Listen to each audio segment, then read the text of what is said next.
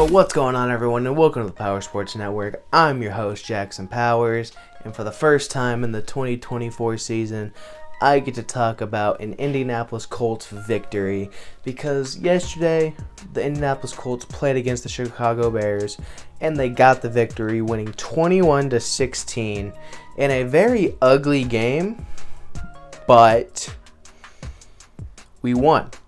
And you know what they say, an ugly win is better than a pretty loss. So, I will never ever complain about seeing the Colts win. And I was really glad that we finally got the first win of the season. It really helps us to keep pace in the division, especially since the Texans lost and the Titans lost too. And obviously the Jaguars play tonight, so we'll know if they lose by then. Hoping they do, because that would help us out a little bit. But it's early in the season, so we're to the point where that stuff don't really matter yet. But that's besides the point. Anyway, I want to get into my takeaways from this game. So the first takeaway was I need to talk about Anthony Richardson, just to get it out of the way. Always talk about him first. I'm going to say it. We won this game despite Anthony Richardson, because Richardson, I love Richardson and all. And I'm trying my best to be very patient with Richardson, but he had a horrible game. I think he was 10 of 20 for 167 yards, if I'm not mistaken. And then he had 2 interceptions. Didn't throw a touchdown. Didn't account for any of our scoring. And both of the interceptions were pretty bad. The first one, it looked a lot worse than it was. It ended up getting tipped, but it was like 3rd and goal, and he tried to force the ball, and it got intercepted. I could chalk that one up to being that was just a bad decision. That wasn't anything to do with his accuracy or nothing. It was just a bad decision. Even if it got tipped, it's still a bad decision, just because you can't be doing that. And it was, like I said, it was 3rd and goal. We had at least 3 points right there. That's a situation where if it's not open, either take the sack or throw it out of the back of the end zone and live to play another down. And, that stuff Richardson's going to learn. It's basically his rookie season. He's still a project. And he's probably in that mindset that he's got to play hero ball just because he's the quarterback and all that. But we really don't need him to be playing hero ball right now. We just need him to develop. And I feel like it might be getting to his head a little bit too. Because the second interception he threw, that one was just god-awful. It was literally the first play of the second half, if I'm not mistaken. And I think it was a play action. He was rolling out, and he had Michael Pittman wide open.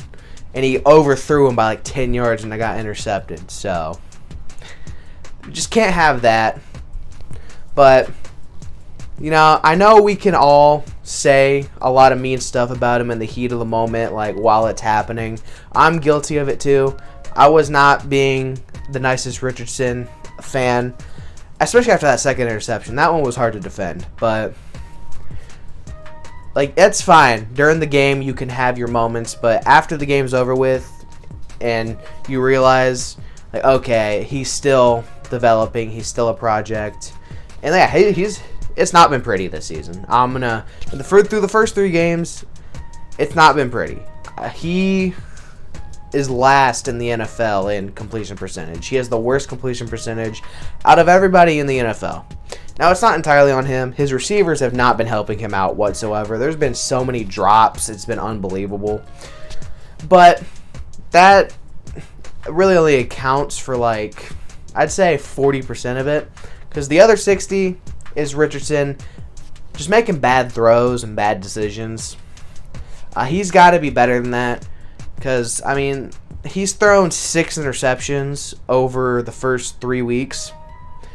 Just can't have that. Can't be doing that.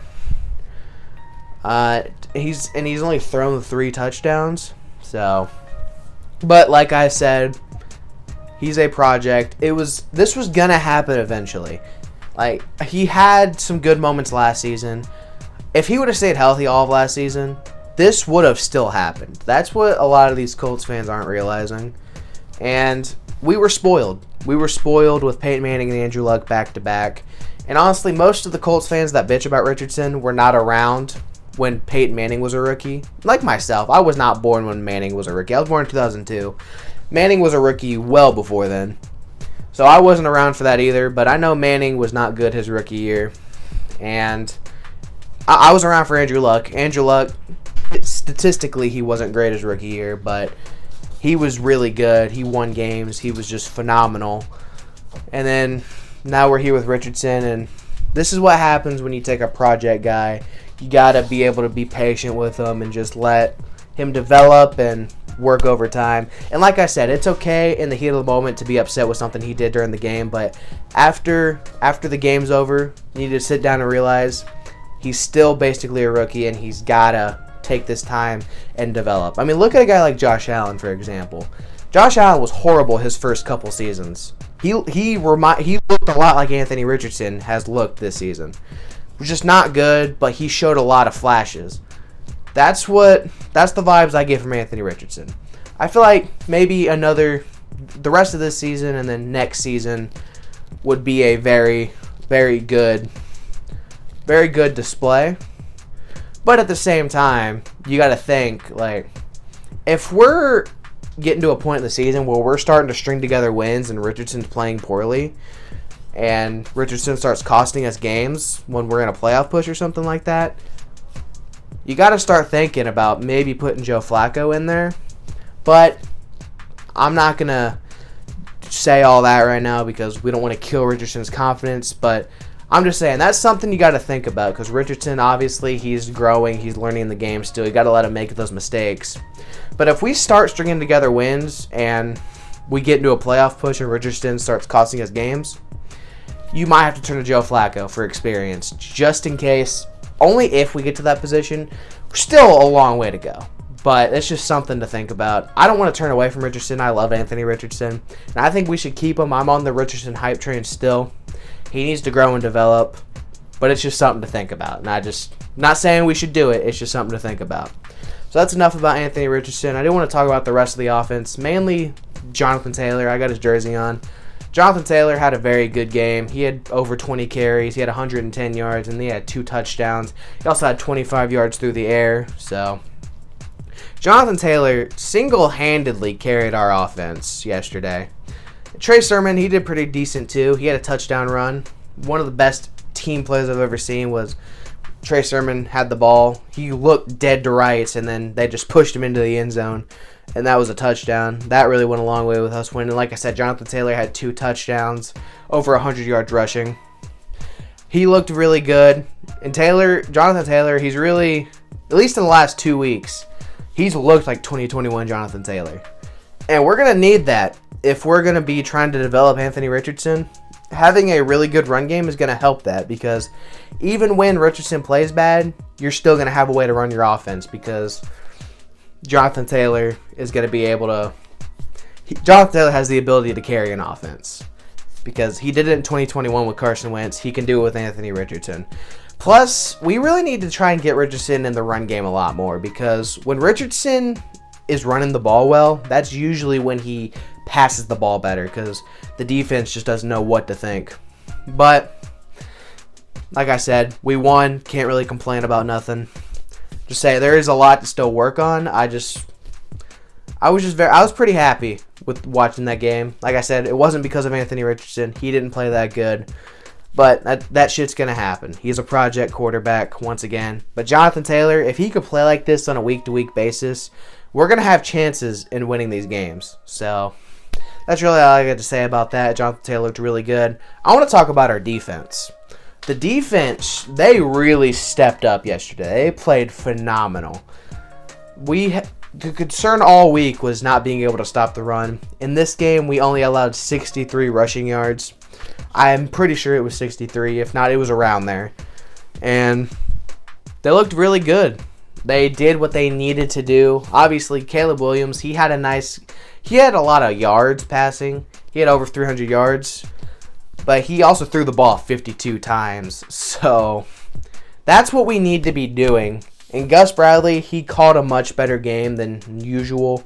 He brought pressure a lot more and flustered Caleb Williams a lot. Because when they brought pressure, Caleb Williams made a lot of bad decisions when that happened.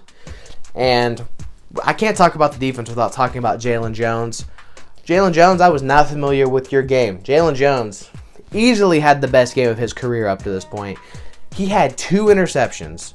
One was a nice little read, and it would have been a pick 6, but he stepped out of bounds. And then he had another nice one where they tried to throw it to Rome Odunze, I'm pretty sure. And then Nick Cross broke it up, and Jalen Jones one-handed it and got his feet down as he went out of bounds. That was a pretty nice pick.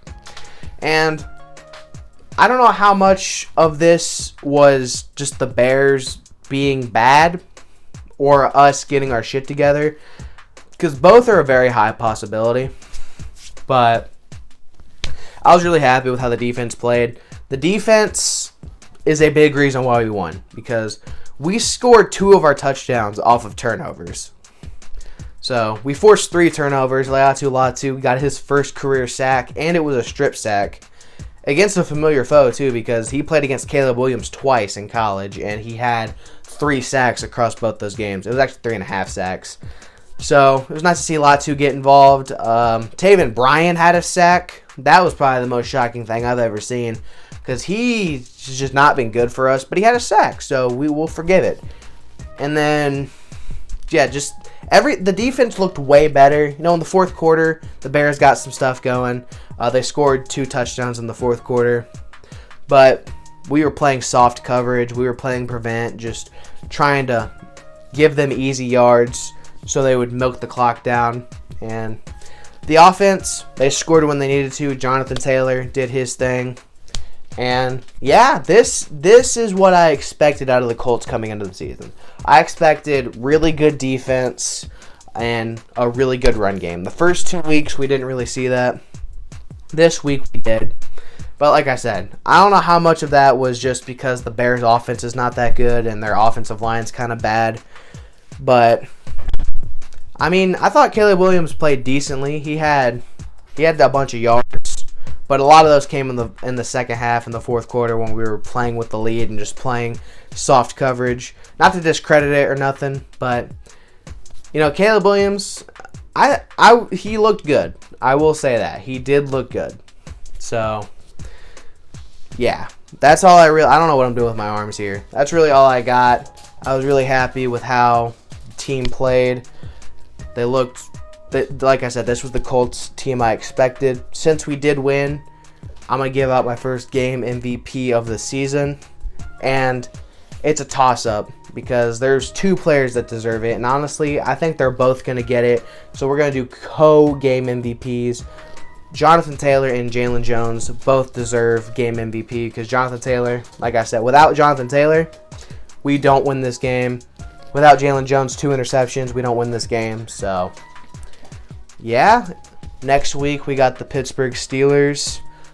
The Steelers are 3-0. They're looking pretty good this season. Russell Wilson's been out the first 3 weeks. Justin Fields has been doing his thing. So, the game is at home, though. So, we'll see what happens. I don't know if it's going to be Russell Wilson or Justin Fields. Either one of them, though, it's going to be a challenge because, like I said, Justin Fields has looked really good, and Russell Wilson, I feel like he can be pretty good in that Steelers offense. But they'll probably go with Justin Fields again because he's been winning them games. So, I've been saying so a lot, so there it is again. Anyway, I think I'm going to get out of here. This video has been going on too long. I've been rambling. This has just been a whole clusterfuck of a video. I was traveling all weekend, so I came back tired, sleep deprived making this, so that's why it's all just a bunch of stupid shit. So if you guys are still watching, thank you so much. I really appreciate that. And with that being said, thank you guys so much for watching Thank you guys so much for watching this episode on the Power Sports Network. If you guys enjoyed this episode, don't forget to like, comment, and subscribe. Most importantly, turn on the bell notifications so you don't miss an episode, and turn everything in the description box. I'll see you guys next time. Bye.